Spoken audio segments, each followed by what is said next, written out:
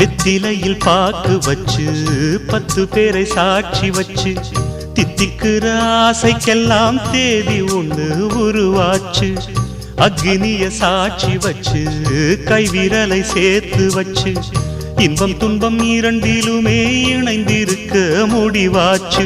பள்ளியறை பள்ளியிலே படிக்கும் இன்ப வேதம் பிள்ளைமணி செல்வங்களே அன்னை தந்தை கீதம்.